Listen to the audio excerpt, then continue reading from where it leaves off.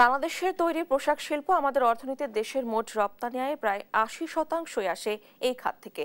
আর ৪ মিলিয়নেরও বেশি শ্রমিক মূলত নারী এ খাতে কর্মরত। তবে সাম্প্রতিক সময়ে এ খাত নানা সংকটের মুখে পড়েছে।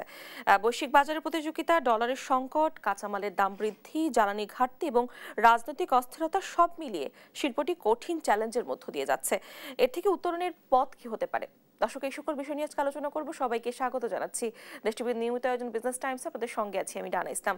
দর্শক, আমাদের আলোচনার বিষয়বস্তু এগিয়ে নিতে আমাদের সঙ্গে একজন সম্মানিত অতিথি রয়েছেন, পরিচয় করে দিতে চাই তার সঙ্গে।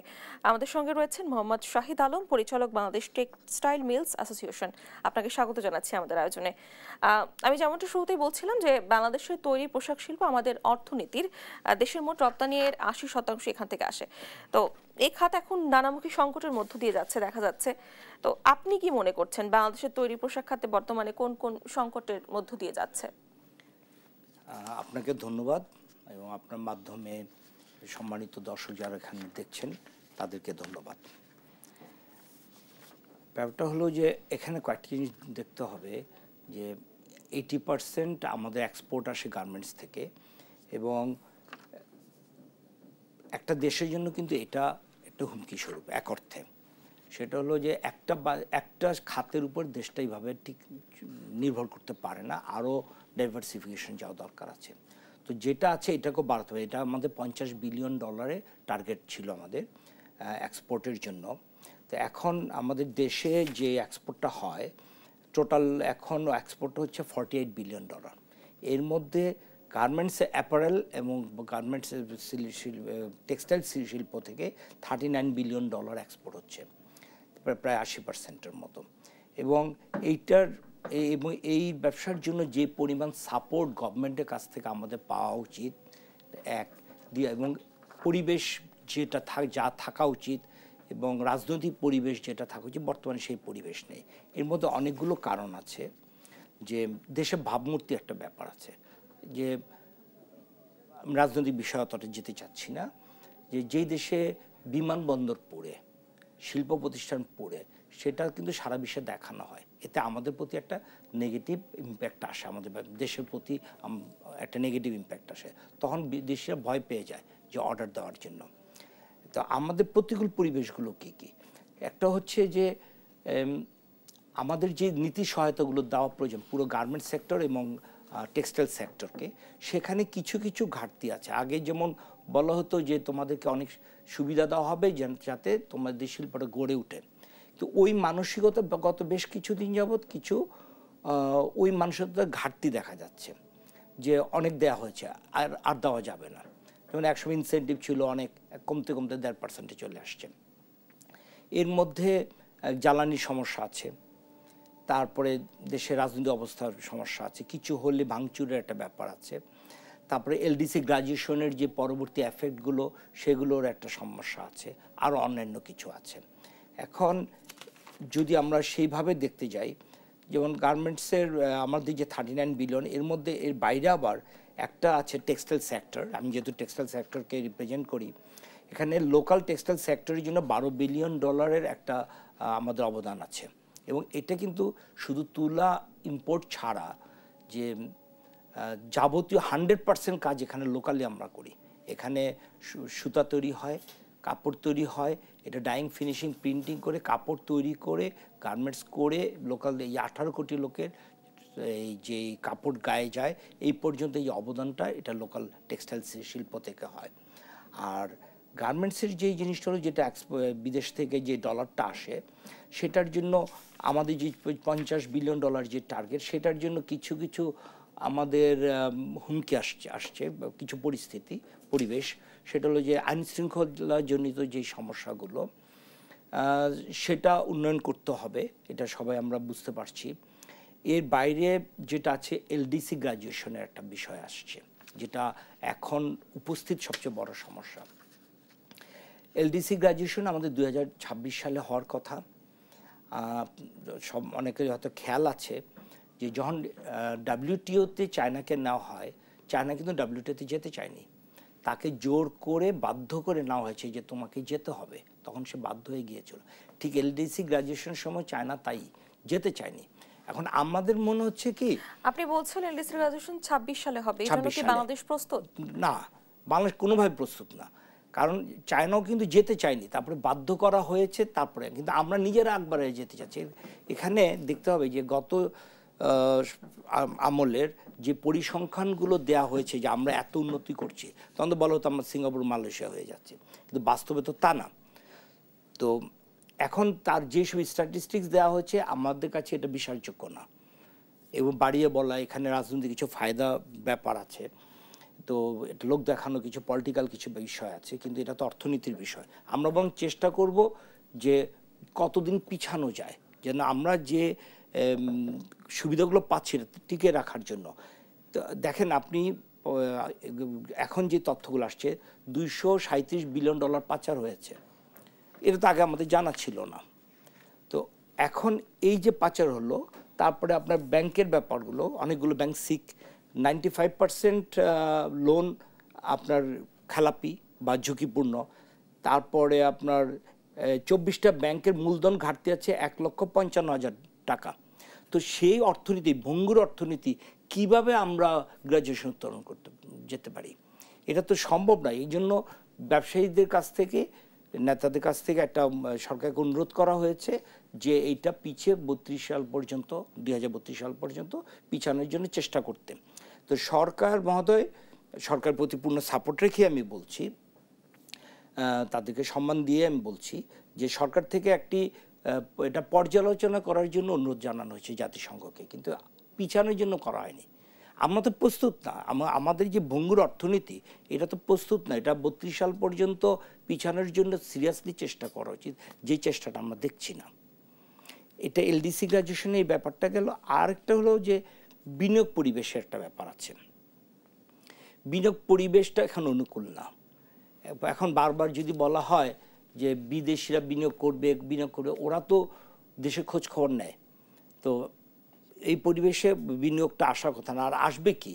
আসবে হলো বিদেশে বিনিয়োগ আসবে বড় বড় খাতে, যেগুলো আমাদের ক্ষমতা নাই, সক্ষমতা নাই। ছোট ছোট ইন্ডাস্ট্রি করতে তো তাদের আসার দরকার নেই, এটা তো আমরাই পারি করতে। মানে আমরা নিজেরাই যদি কমফোর্ট ফিল না করি, গত কয়েক বছর কয়টা ফ্যাক্টরি হয়েছে, কয়টা ফ্যাক্টরি চালু হয়েছে। এক্ষেত্রে দেখা যাচ্ছে যে দেশের অর্থনীতিতে বিরূপ প্রভাব পড়ছে। অবশ্যই উত্তরণের পথ কি হতে পারে? এখন উত্তরণের পথ হতে পারে যে এখানে আমাদের দেখতে হবে যে প্রতিযোগী দেশগুলো কি কি সুযোগ সুবিধা তাদের শিল্পকে দিচ্ছে, আমরা কি করছি। এই যে রিসার্চগুলো করা, এটা যেমন বিটিএমএ থেকে কিছু তথ্য দেওয়া হয়েছে যে প্রতিযোগী দেশগুলো যে টেক্সটাইল সেক্টরকে বা গার্মেন্টস সেক্টরকে এই সুবিধা দেয়। ওরা জমি কিনতে সহযোগিতা দেয়, ভর্তুকি দেয়, বেতনে ভর্তুকি দেয়, বিদ্যুতে ভর্তুকি দেয়, অনেকগুলো সহযোগিতা তারা করে। কিন্তু সেই দিকগুলোর ক্ষেত্রে আমরা তো নেগেটিভ আচরণ। আমাদের দেশেও তো ক্ষুদ্র ঋণ দেওয়ার মতো অনেক প্রতিষ্ঠান রয়েছে, তাহলে কি তারা দিচ্ছে না? ক্ষুদ্র ঋণ দিয়ে তো আপনি শিল্প উন্নয়ন করতে পারবেন না। ক্ষুদ্র ঋণ দিয়ে আপনি একটা ফাউন্ডেশন তৈরি করতে পারবেন, কিন্তু উন্নয়ন যেটা বর্তমানে যে পরিস্থিতিতে বিশ্ব চলে গেছে, সেখানে তো আপনি তো ক্ষুদ্র ঋণ দিয়ে মানুষ ক্ষুধামুক্ত করতে পারবেন, এবং এটা করা উচিত, এটা প্রতি সম্পূর্ণ সমর্থন আমাদের আছে। কিন্তু যে বৃহৎ শিল্প খাতগুলোকে তো আপনাকে টিকে রাখতে হবে। ক্ষুদ্র শিল্প ওরা তো কয় টাকার রপ্তানি করবে, দেশে অবদান কতটুকু রাখবে, এবং তারা অবশ্যই প্রয়োজন, তারা ফাউন্ডেশন তৈরি করবে, কিন্তু এই বৃহৎ শিল্পকে টিকায় রাখার জন্য যে নীতি সহায়তা দরকার, যে একটা পজিটিভ মানসিকতা গভর্নমেন্টের এবং আমলাতন্ত্রের যে পজিটিভ মানসিকতাটা দরকার, সেটার মধ্যে কিছু ঘাটতি আছে। যেমন বর্তমান যে উপদেষ্টা পরিষদ এবং যারা বিশেষ সহকারী আছেন, তাদের সবাই উচ্চশিক্ষিত, টেকনোক্রেট এবং কিছু এনজিওর লোক। আর কিন্তু এখানে ব্যবসায়ী সমাজ থেকে মাত্র একজন আছেন, বা আমাদের সম্মানিত বাণিজ্য উপদেষ্টা। তো ওখানে শিল্পের লোক কিন্তু খুব কম, এবং শিল্পের উন্নয়ন নিয়ে, ইন্ডাস্ট্রি উন্নয়ন নিয়ে সরকার যে খুব বেশি কিছু ভাবছে, খুব পজিটিভ আচরণ করছে, আমি কিন্তু এরকম আমাদের এরকম বা আমার ব্যক্তিগত ওরকম কিছু মনে হচ্ছে না। ডলারের ঘাটতি ও টাকার অবমূল্যায়ন কিভাবে পোশাক খাতে প্রভাব ফেলছে, কে মনে করছেন এই বিষয়ে? ব্যাপারটা হলো আমরা যা এক্সপোর্ট করি একটা বড় অংশ কিন্তু ইম্পোর্ট করি। কদিন আগেও 83 টাকা ডলার ছিল, এখন 123 থেকে 125 টাকা, তার মানে 1/3 বেড়ে গেছে। এখন আমি যদি একটা ফ্যাক্টরি করি, আমি যদি ইনভেস্ট করি, আমি র মেটেরিয়াল ইম্পোর্ট করি, আমাদের তো র মেটেরিয়াল ইম্পোর্ট করতে আমাদের কস্ট বেড়ে গেছে, কিন্তু সব দেশে কিন্তু এটা হয় নাই। তো এখানে আমরা অবশ্যই পিছিয়ে গেছি, এটা আমাদের জন্য অবশ্যই একটা নেতিবাচক। কাঁচামালের কথা যেরকম বলছিলেন আপনি, কাঁচামালের জন্য বিদেশ নির্ভরতা কমাতে বাংলাদেশ কি উদ্যোগ নিতে পারে বলে আপনি মনে করছেন? ব্যাপারটা হলো যে শুধু দর্জি হলে তো আমাদের চলবে না, যে বিদেশ থেকে কাপড় আসবে, আমরা সেলাই করব আর বিদেশে পাঠিয়ে দিব আর ডলারটা আসবে। আমাদের ভ্যালু অ্যাড করতে হবে। এখন ফুল চেইন, এটা আমাকে স্বাবলম্বী হতে হবে।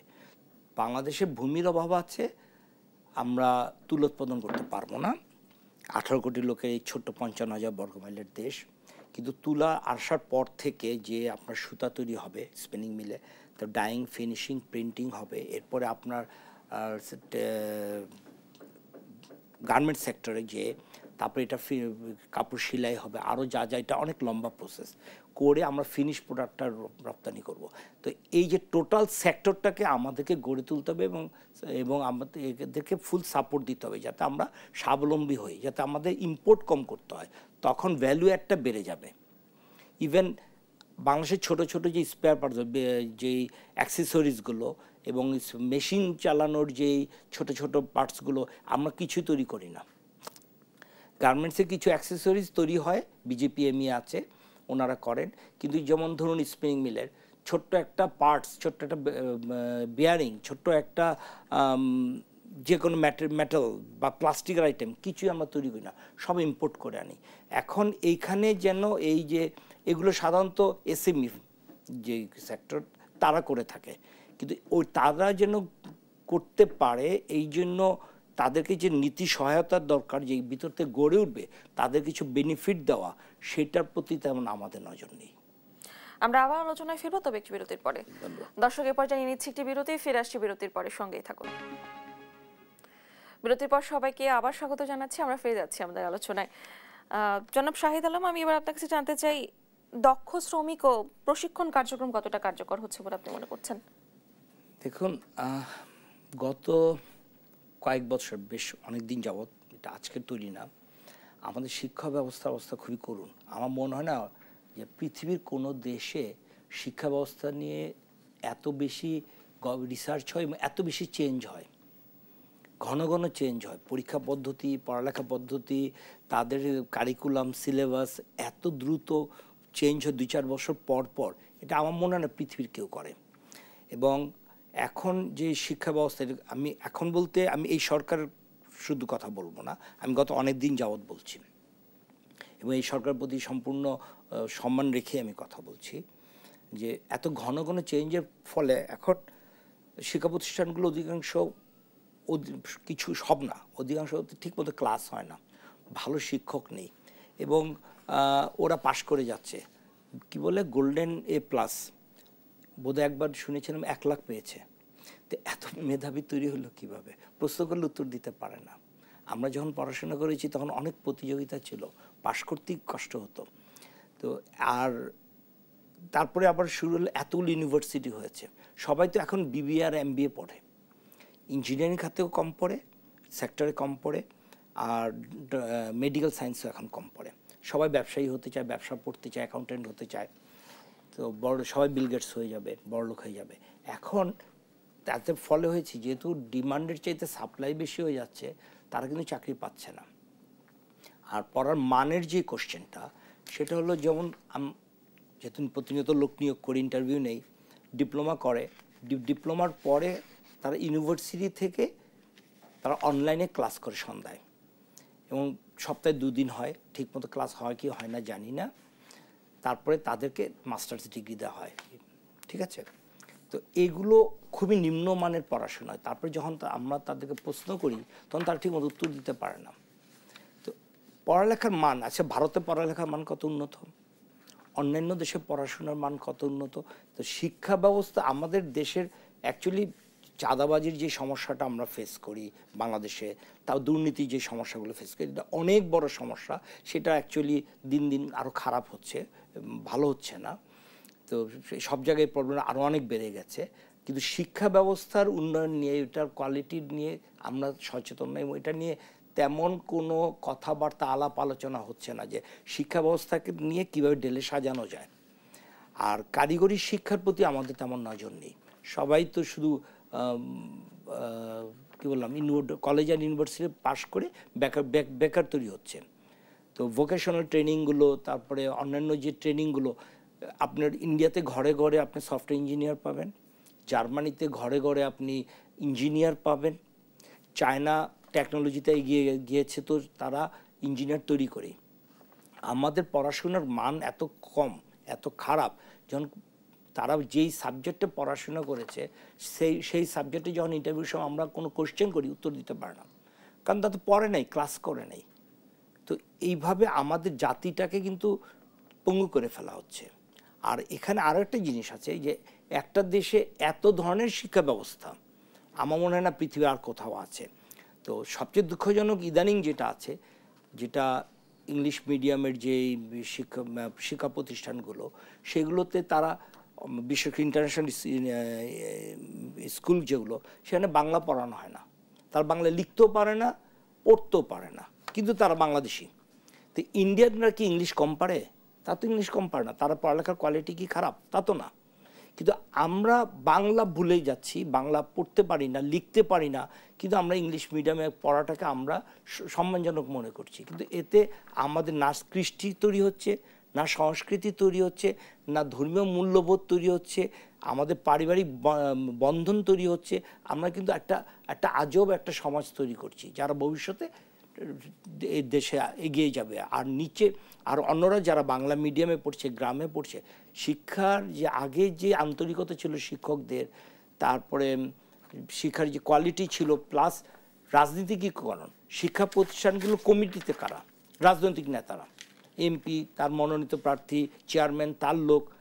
তা আগে যেমন শিক্ষা অনুরাগীরা স্কুলগুলো চালাতো, কলেজ চালাতো, এখন তো তা নাই। তো এইটার ব্যাপারে আমাদের অনেক কাজ করা উচিত, যাতে শিক্ষার আপনি যদি একটা শিক্ষিত ছেলে বা মেয়ে তৈরি করে দেন, তাকে আপনি থামাতে পারবেন না, সে এমনিতে উন্নতি করবে। তো ওই দিকটা আমাদের সিরিয়াসলি দেখা উচিত। ধন্যবাদ। গত 14 মাসে দেখা যাচ্ছে অনেক শিল্প কারখানা বন্ধ হয়ে গেছে, গার্মেন্টস বন্ধ হয়ে গেছে, এতে অনেক বড় পরিসরে বেকারত্ব বেড়েছে। এই বেকারত্ব বাড়ার পেছনে তো কারণ রয়েছে, এগুলো থেকে উত্তরণের পথ কি হতে পারে?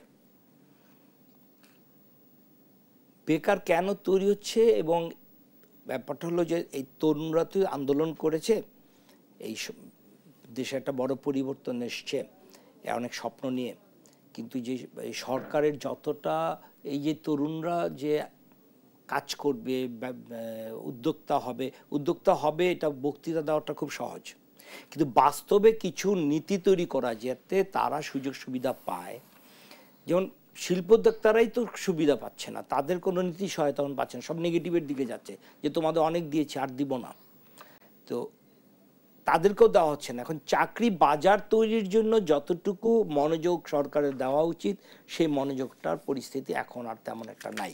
ওইরকম পজিটিভ কোনো কিছু দেখছি না যে এই যে প্রতি বৎসর এত, আমি ভুলে গেছি এখন ডাটাটা আমার মনে নেই, আগে মনে ছিল যে প্রতি বছর এত লোক ছেলে পড়াশোনা করে বেরোচ্ছে চাকরি বাজারে, বা এত তরুণ তারা যুবক হচ্ছে, এখন তাদের চাকরি দরকার।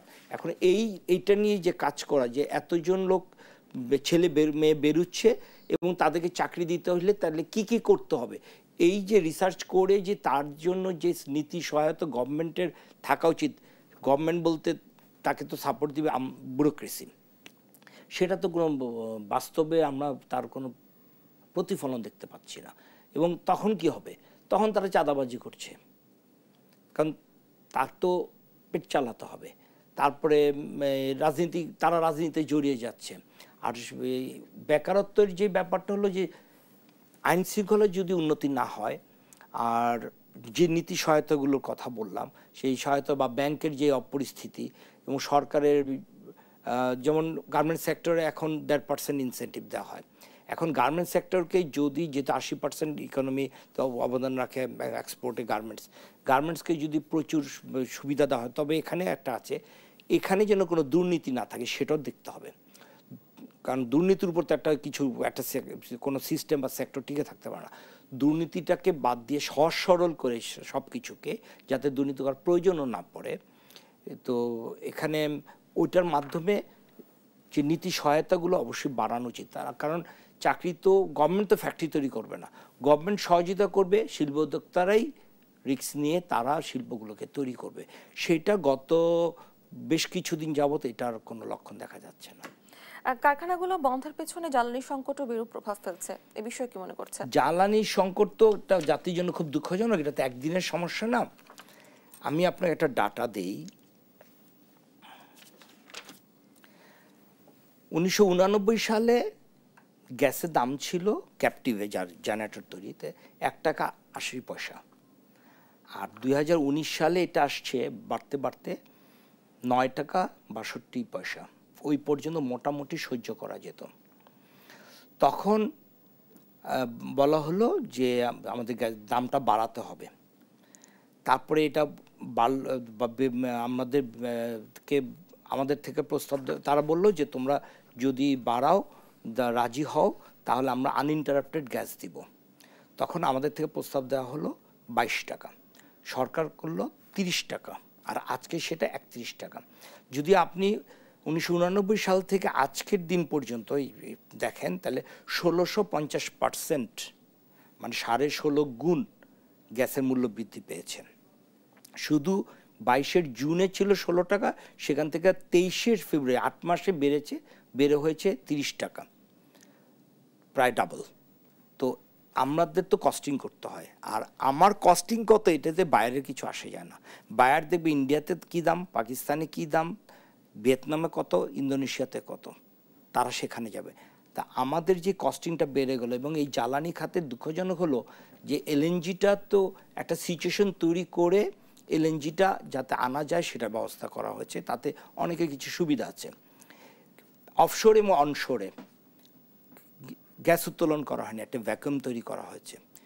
তো করে এখন কিছু করার নেই, এলএনজি আনতে হবে, 2টা টার্মিনাল আছে, যথেষ্ট নয়। আর এলএনজি তো আপনাকে ডলার দিয়ে কিনতে হয়।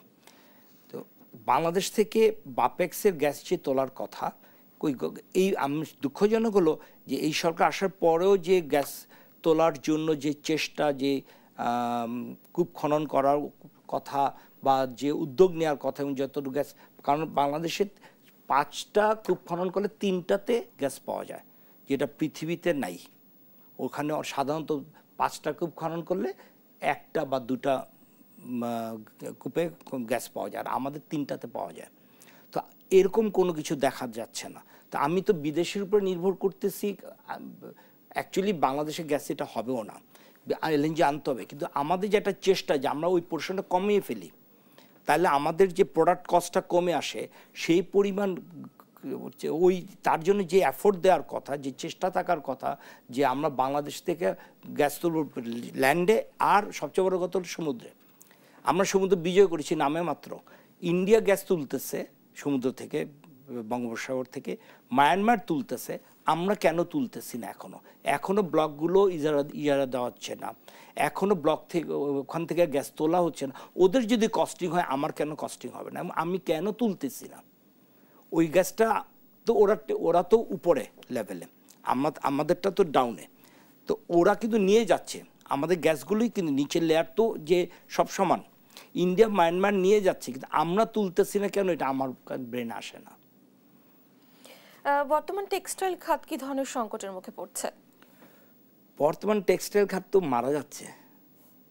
বর্তমান টেক্সটাইল খাত মৃত্যুশয্যায়। সেটা হলো যে দাম যে কমে যাচ্ছে, প্রায় প্রতিটি স্পিনিং মিল এখন লোকসান দিচ্ছে, প্রায় সবাই না হলেও অধিকাংশ এখন লোকসান দিচ্ছে, সুতা বিক্রি হচ্ছে না। এর কারণ হলো যে যেমন বন্ডের যে ফ্যাসিলিটিস আছে, এটা দিয়ে বাংলাদেশে যেই সুবিধায় যে সুতাগুলো আসে, কিছু কিছু, সবাই না কিন্তু অল্প কিছু অন্যায়ভাবে অন্য কিছু দুর্নীতিগ্রস্ত ব্যবসায়ী মালিক এটা মার্কেটে বিক্রি করে দিচ্ছে, এবং এইটার দাম যেহেতু বিনা ট্যাক্সে আসতেছে, তার কস্টিং আমার চেয়ে কম। আর প্রতিযোগী দেশগুলো যেহেতু সুবিধা দিচ্ছে অনেক বেশি আমাদের চাইতে, তো অত তাদের কস্টিংও কম। তো ওইটার দাম যেহেতু আমার চাইতে কম, আমারটা কেন মানুষ কিনবে? তো এই যে বন্ডের যে লিকেজ, যে ওপেন বিক্রি হচ্ছে, সব মোকামগুলোতে ওপেন বিক্রি হচ্ছে, ট্রাকে করে বিক্রি হচ্ছে, এটা নিয়ে কোনো ব্যবস্থা নেই। এবং সবচেয়ে বড় কথা হলো যে হাজার হাজার কোটি টাকা সরকার ভ্যাট এবং ট্যাক্স পাচ্ছে না, এবং আমরা বিক্রি করতে পারছি না, আমরা ধ্বংস হয়ে যাচ্ছি। এটা একটা আছে। একটা হলো যে ওয়েস্টেজ, যেমন ধরুন আগে ছিল 99 সালের একটা স্মারক ছিল, ওটাতে আপনার 16% ওয়েস্টেজ ছিল। 21 সালে এটা করা হয়েছে বাড়িয়ে 32%, 29 থেকে 32%। তো এই যে ওয়েস্টেজটা, কিছু কিছু ব্যবসায়ী, সবাই না, তারা এই পরিমাণ ওয়েস্টেজ দেখে। যেমন আপনি 100 কেজির অর্ডার পেলেন, আপনি 132 কেজি আনতে পারবেন, আপনার ওয়েস্টেজ হলো 9 থেকে 12%। বাকি 20 কেজি বা কম বেশি যেটা, এটা আপনি মার্কেটে বিক্রি করে দিলেন অন্যায়ভাবে, সেটা মার্কেটে চলে গেল। তো ওইটার কারণে ওই কম দামের ওইটার সাথে আমি পারবো না, মানুষ তখন ওইটা কিনবে, তা আমি টিকবো কীভাবে? আর ওই ব্যবসায়ী ফ্যাক্টরি আমার কাছ থেকে সুতা কিনবে না এই কারণে যে ওই সুতার জন্য যে ইম্পোর্ট করে আনলে, বন্ডে এলসি করে আনলে যে সুবিধাটা সে পাচ্ছে, বাড়তি প্রফিটটা করতে পারছে, সেটা আমার কাছ থেকে কিনলে করতে পারছে না। এইটার কারণে আমরা পারছি না। তারপরে ধরুন 30 কাউন্ট এলসি করে 80 কাউন্ট নিয়ে আসলো, সেটা 80 কাউন্ট বিক্রি করে দিল, এটা দাম 3 গুণ 2.5 গুণ। তারপরে লোকাল থেকে 30 কাউন্ট কিনলো, এই যে মিস ডিক্লারেশন কাউন্টের, এটার একটা ব্যাপার আছে। তো তারপরে ইসলামপুরে এবং বিভিন্ন সুতার মার্কেটগুলোতে যে ওপেন বিক্রি হচ্ছে, সুতা বিক্রি হচ্ছে, কাপড় বিক্রি হচ্ছে, এখানে যে একটা সরকার নজরদারি, এনবিআরের নজরদারি, পুলিশের, গোয়েন্দা সংস্থার, অন্যান্য আইনশৃঙ্খলা বাহিনীর যে নজরদারি আগে যেটা করা হতো, সেটারও কোনো বাস্তবায়ন তেমন কিছু দেখা যাচ্ছে না। আরেকটা জিনিস দেখবেন যে ইসলামপুরে এবং কাপড় পাওয়া যাচ্ছে, এবং শপিং মলগুলোতে যে কাপড় পাওয়া যাচ্ছে, তারা কিভাবে কাপড়গুলো আনছে, এটা কি কোনো মনিটরিং আছে? তারা কি প্রপারলি এলসি দিয়ে এনেছে? তারা কি ট্যাক্স ভ্যাট দিয়ে এনেছে? ওই কাপড়গুলো আসলো কিভাবে? এবং এটা কি বৈধ পথে আনা হয়েছে?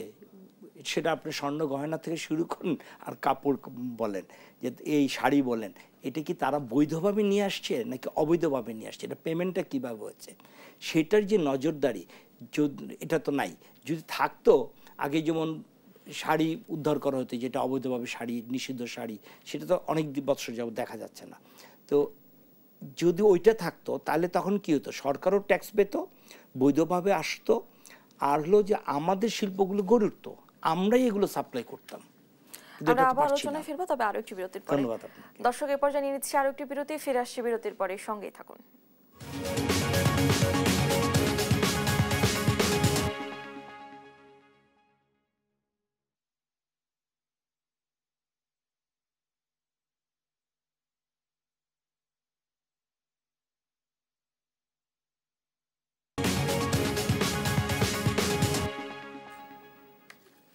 বিরতির পর সবাইকে আরো একবার স্বাগত জানাচ্ছি। আপনারা দেখছেন বিজনেস টাইমস। আমরা ফিরে যাচ্ছি আমাদের আলোচনায়। জনাব শাহিদ আলম, বাংলাদেশের তৈরি পোশাক খাতে প্রযুক্তি অটোমেশন বাড়ানো কি কর্মসংস্থানের সুযোগ কমিয়ে দেবে নাকি নতুন সম্ভাবনা তৈরি করবে? এ বিষয়ে কি মনে করছেন? দেখুন, যখন শিল্প বিপ্লব হয়, আজকে অনেকদিন আগে, আমি সনটা আমার ভুলে মনে পড়ছে না, তখন থেকে কিন্তু প্রযুক্তি উন্নয়ন শুরু। তো দুনিয়া তো এগিয়েছে। তো যখন কম্পিউটার আসে, তখন টাইপরাইটার যখন বন্ধ হয়ে গেল, কর্মসংস্থান তো কমে নেই। দুনিয়া তো এগিয়ে যাবে, আমাদেরকে ওটার সাথে তাল মিলাতে হবে। প্রযুক্তি কোনোদিন কর্মসংস্থান আটকায় না, অপরচুনিটি আরও বাড়ায়। এবং এটা পজিটিভভাবে নেওয়া না ছাড়া আমাদের কোনো রাস্তা নেই। পজিটিভভাবে নিতে হবে এবং ডাইভার্সিফিকেশনে যেতে হবে। প্রযুক্তি কোনদিন কমাবেন, তখন সংখ্যা বাড়বে। আগে আমরা বেসিক যে টি শার্ট তৈরি করতাম, এখন অনেক কোয়ালিটির টি শার্ট, ভ্যালুয়েডেড টি শার্ট করি, খুব ফ্যান্সি জিনিস, কাপড় চোপড় আমরা বিদেশে এক্সপোর্ট করি। আস্তে আস্তে আমাদের জ্ঞান বাড়ছে, যেটা আগে আমাদের ছিল না। তো তো এবার ওই তার প্রযুক্তি ছাড়া তো ওগুলো বানানো যাবে না। যেমন বাংলাদেশে পৃথিবীর সেরা 10টা মিলের মধ্যে বোধহয় 7টা গার্মেন্টস বাংলাদেশে। এখন lead certificate, platinum lead certificate বাংলাদেশে কয়েকটা মিল আছে, প্রচুর লিড সার্টিফিকেট মিল বাংলাদেশে আছে, পৃথিবীর সেরা সেরা গার্মেন্টসগুলো বাংলাদেশে। তো প্রযুক্তি তো নিতে হবে, এবং এর ফলে আমাদের মার্কেট বাড়বে। আমাদের যেহেতু মার্কেট বাড়বে, সেল বাড়বে, তখন আমাদের ব্যবসার শিল্প প্রতিষ্ঠানের সংখ্যাও বাড়বে। আর আমরা আগের যে সময়ের যেই টেকনোলজি ছিল ওটা দিয়ে করলে তো আমাদের মার্কেট বাড়ছে না, সংখ্যাও বাড়বে না। প্রযুক্তি কোনদিন চাকরির মানে অপরচুনিটি কোনদিন কমায় না। তবে সেটা অ্যাডাপ্ট করার জন্য আমাদের যেই জ্ঞান, আপনি টাকা দিয়ে মেশিন আনতে হবে, কিন্তু ম্যান বিহাইন্ড দি মেশিন, এখন এই মানুষটাকে যে ট্রেনিং দেওয়ানো, সেখানে আমাদের শিক্ষা ব্যবস্থায় বা ট্রেনিংয়ের ক্ষেত্রে অনেক ঘাটতি আছে। সেটা আমাদেরকে এই প্রযুক্তির, আধুনিক প্রযুক্তির উপযোগী করে মানুষের ম্যান পাওয়ারটাকে তৈরি করতে হবে। এইটার জন্য আমাদের উদ্যোগ নিতে হবে, যেটা একটু ঘাটতি আছে, এবং শিক্ষা ব্যবস্থা ওইভাবে তৈরি ঢেলে সাজাতে হবে, তাহলে আমাদের অনেক সম্ভাবনা আছে। পরিবেশ বান্ধব উৎপাদনের জন্য কিভাবে আন্তর্জাতিক তহবিলকে ব্যবহার করা যেতে পারে? দেখ, যেমন গ্রিন কিছু ফান্ড, গ্রিনের জন্য, টেকনোলজির জন্য কিছু ফান্ড বাংলাদেশে আসছে। অধিকাংশ আমরা সেটা নিতে পারি না, কারণ আমাদের সেই জ্ঞান বা প্রস্তুতি নেই।